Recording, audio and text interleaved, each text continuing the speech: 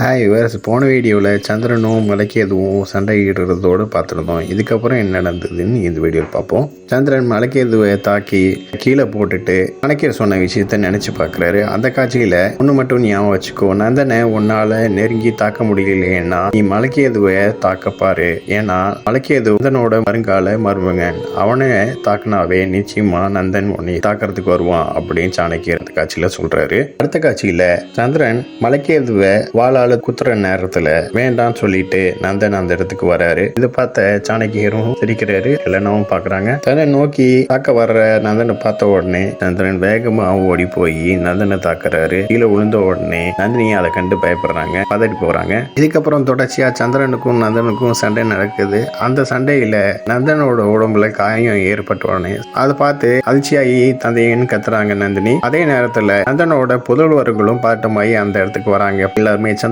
தாக்க வர நேரத்துல சந்திரன் அவங்கள பார்த்து கோபம் அடைஞ்சு வேகமா போய் அத்தனை புதல்வர்களையும் தாக்கிடுறாரு. கீழே விழுந்துடுறாங்க. இதை பார்த்து நந்தினி அதிர்ச்சி ஆறாங்க. நந்தனும் அதிர்ச்சி ஆகி உடனே இங்க இருந்து போங்க, முகாமுக்கு போங்க அப்படிங்கிறாரு. நந்தன் பேச்சை கேட்டுட்டு உடனே அவங்க முகாமுக்கு போக பாக்குறாங்க. அந்த நேரத்துல நந்தினி சந்திரனை தாக்க வராங்க. வேண்டாம், நீ தாக்க போகாத அப்படின்னு சொல்லிட்டு சகோதரர்கள் எல்லாருமே நந்தினியை சந்திரனை தாக்க விடாம பாத்துக்கிறாங்க. அந்த நேரத்துல சந்திரன் நந்தினியை பார்த்து முறைச்சிட்டு இருக்காரு. நந்தினியும் கோபமா சண்டையிடுறதுக்காக வராங்க.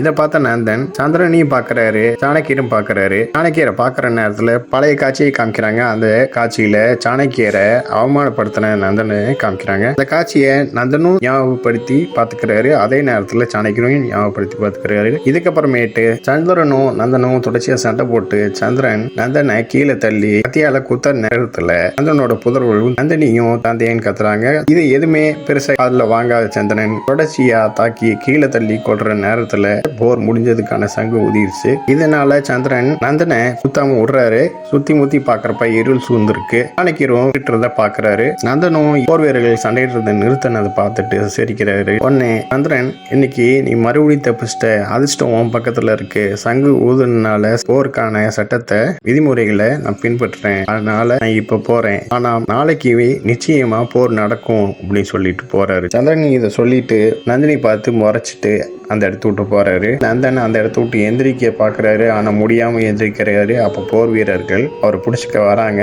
ஆனா அதை அவமானமா எடுத்துக்கிட்டு போர் வீரர்களை அங்கிருந்து போக சொல்றாரு. போர் முடிஞ்சதுக்கு அப்புறமேட்டு நந்தினி தன் தந்தைக்கு காயமானதை பார்த்து பதறி போய் நந்தினி குதிரையில வேகமா போய் தான் கையில இருந்த வாளால சந்திரன் குத்தான்னு சொல்லிட்டு சந்திரனை தாக்க பாக்குறாங்க. சந்திரன் அந்த தாக்குதல் இருந்து தப்பிச்சுறாரு. இதோட இந்த எபிசோட் முடியுது. நெக்ஸ்ட் எபிசோட் பார்க்கலாம். இந்த சேனல் சப்ஸ்கிரைப் பண்ணுங்க, அண்ட் பெல் பட்டனையும் பிரஸ் பண்ணுங்க, லைக் பண்ணுங்க, ஷேர் பண்ணுங்க. தேங்க்யூ.